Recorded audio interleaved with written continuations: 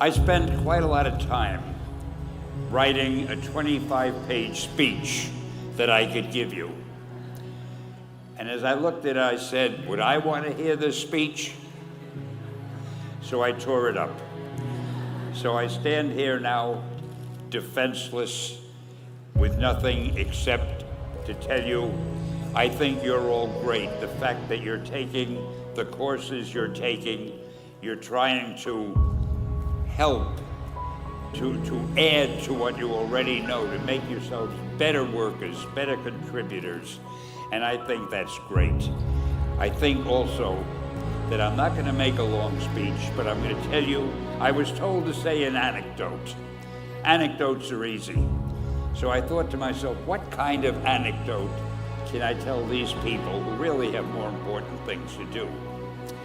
And I figured I'm going to tell you how Spider-Man came into being. It's a true story, although sometimes it's hard even for me to believe it. But we had already done the Fantastic Four and I think maybe the X-Men, I can't remember the order, but my publisher came to me and he said, Stan, I want you to come up with another superhero. So I said, okay, and I went home, and when my publisher said do something, I'd better do it because I wanted to keep my job. I thought, what can I come up with now? And the most important thing in a superhero at first is the superpower. Once you get that, everything else comes along. So I thought, what power will I give a new guy? And I saw a fly crawling on the wall. And I said, hey, if I could get a superhero that could stick to walls and crawl on them, man, that would be cool. So I thought that was good. Now I needed a name. So I said, well, let's see, Fly Man, Mosquito Man. I got down to Spider-Man. Spider-Man. It just sounded dramatic.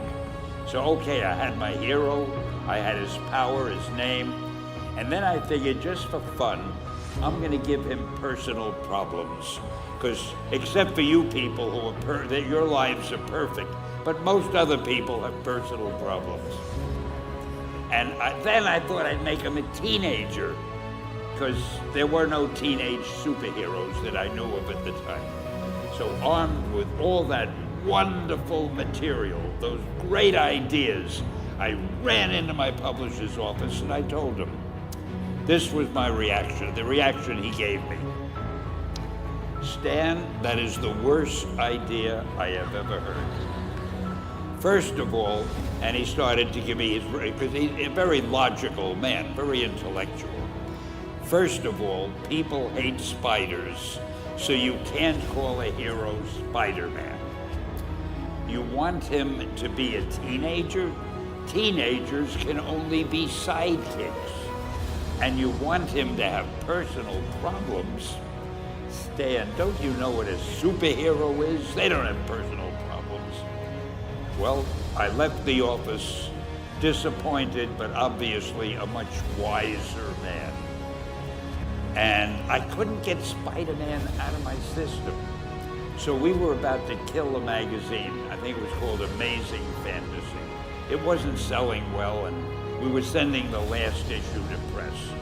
When you do the last issue of a magazine, nobody cares what you put in it because the book is dying. Just to get it out of my system, I put Spider-Man in Amazing Fantasy, featured him on the cover, forgot about it. A month later, all the sales figures came in. My publisher came racing into my office. Stan, you remember that character we both loved so much, Spider-Man? Let's do him as a series. Now, why am I telling you this? Besides the fact that I have to kill a little time. If you have an idea that you genuinely think is good, don't let some idiot talk you out of it. That doesn't mean that every wild notion you come up with is going to be genius, but if there is something that you feel is good, something you want to do, something that means something to you, try to do it. Because I think you can only do your best work if you're doing what you want to do, and if you're doing it the way you think it should be done. And if you can take pride in it after you've done it, no matter what it is, if you can look at it and say, I did that, and I think it's pretty damn good, that's a great feeling. So don't let idiots talk you out of something that you think is good. Just do your thing, do it as well as that's the important thing. Don't shirk. Whatever you do, give it your best shot. You'll be glad you did.